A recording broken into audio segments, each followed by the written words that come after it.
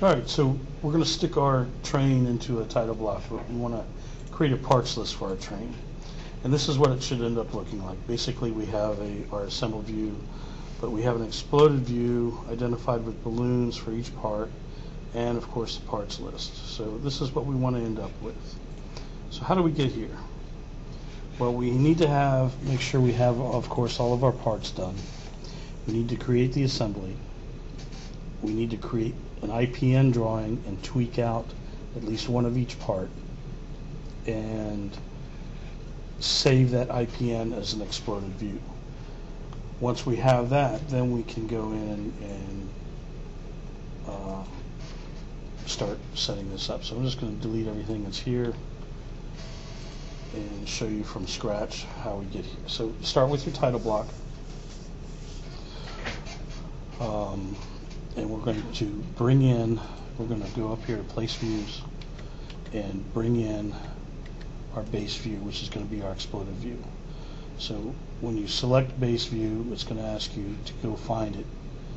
Using the file system here, we're going to go find our exploded view. There it is. Boom. I'm going to open it. And you notice that it's not really a great orientation to see everything well, so let's kind of play with the view a little bit, and that's much better orientation. Look at it different ways just to make sure that you have the best one.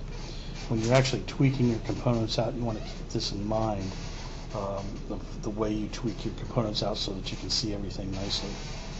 We're going to make it in color, and we're going to play with the scale a little bit here. Scale. So I'm going to change this to 1 to 2, see what that looks like. A little bit small. Let's go 1.5. See what that looks like. It's a little too large. Let's go 1.75. Let's just keep it to 1.5 and make it simple. Yeah, that's fine. So here we go. Here's our exploded view. I'm going to set it. Okay. Boom. Oh, it didn't even change the color. Remember, in a normal working drawing, we'd have our parts in black and white and just the isometric in color. In this one, this is kind of a presentation view, so let's go ahead and make it in color. I'm going to drag it over here.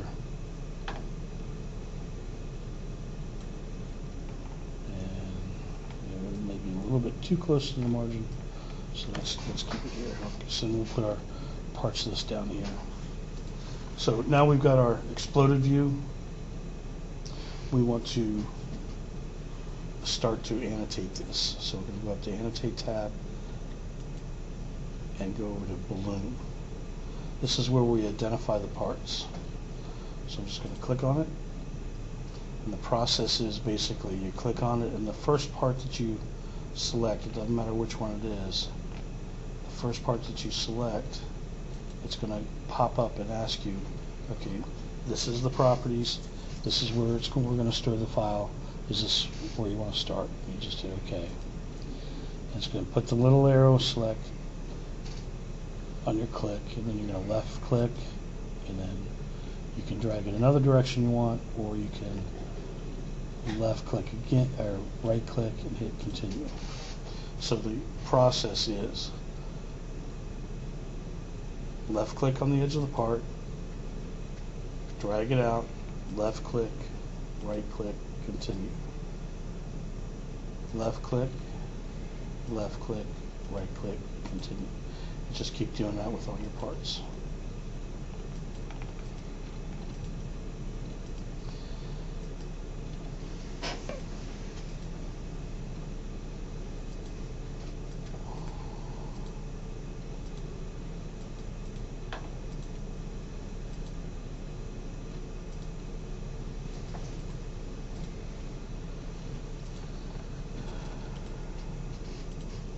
Okay, so we have all our parts ballooned. Now you want them to be kind of neat and spaced out somewhat evenly. You can go back and move these around if you want. If you hover over, you'll get little green links that you can drag those little green links around. You can move the arrows out. If you move the arrows off of it and just point, or trying to point towards it, it's going to give it it might not fully register. It's going to give you a data point as opposed to an arrow. So we want to try to attach it to the edge of the block. And we don't want to cross over. So for instance, I wouldn't want an arrow down here and dragging the arrow. We want it just to the edge of the part so as not to confuse the drawing. And we don't need to balloon all the different parts. See, those two are the same. We don't need to. It's just over dimensioning and it's not required. So we have all our parts ballooned. Now we want to create the parts list, and this is where AutoCAD comes in really handy for us, because we can just go up to the parts list icon, click on parts list. It asks us to select the view, click, and yeah, we want it in the same location. This down here is just if you were to the text wrap is going to, by default, going to go to the left instead of the right. And if you wanted to do more lines, you can. This is going to go up to 10, which is all we need for right now. So once we have our once we've selected our view and we've determined that it's where we want it to go, we just hit OK. And it's going to create a blank rectangle, and it's telling you, okay, now you got to stick it in a place that you want it. So I'm going to put it right in here, and it's okay. I'm overlapped a little bit. We can adjust that. I'm going to just scrunch it in a little bit. This doesn't need to be. We can scrunch this item down, this column down. We can scrunch this one down a little bit and just drag this whole thing over a little bit. Oops, this one.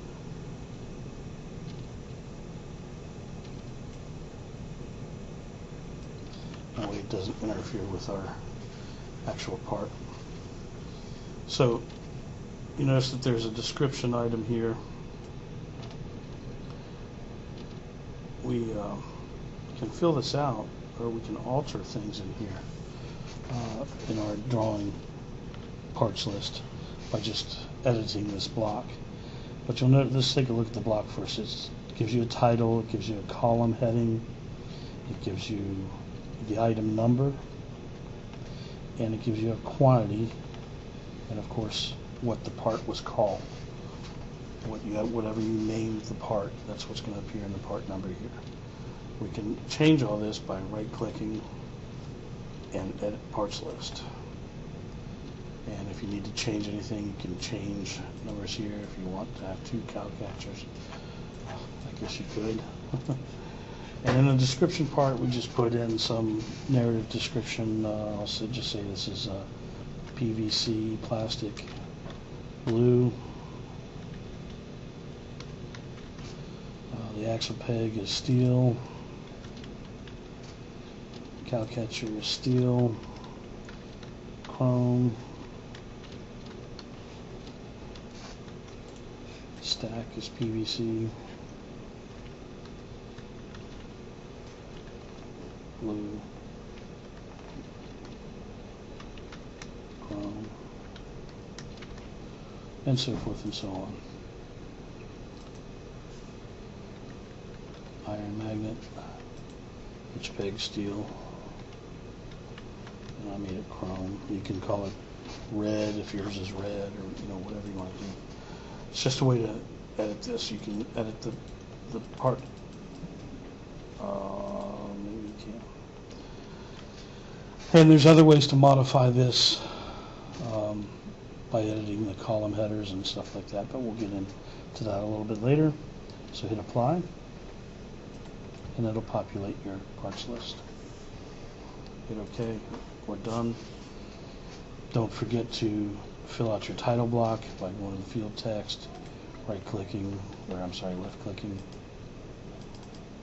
double-clicking, and make sure your field text is filled out so that it auto-populates your title block.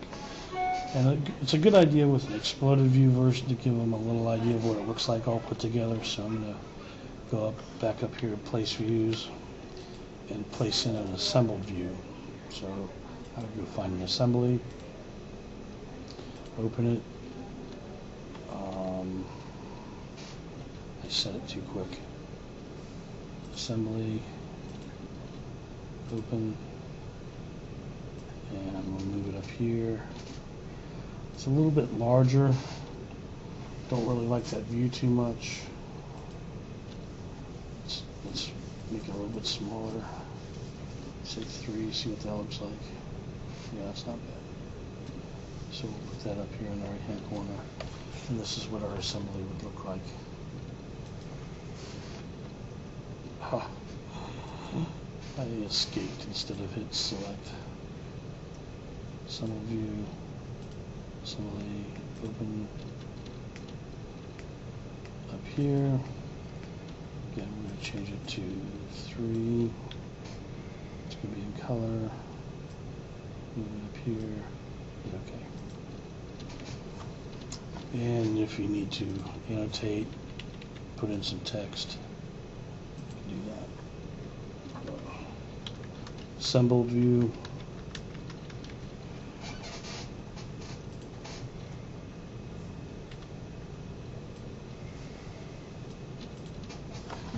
There you go. And that's it. We've created our parts list. Now let's put in an extra one here. I'm going to just delete that one. And it's all cleaned up. So now I want you to export this as a PDF and I'll print it out in color for you, or you can submit the raw file and I'll export it. But save it, export it to a PDF, send it to me, and attach it to the assignment, and we will get it printed out for you. Let me know if you have any questions.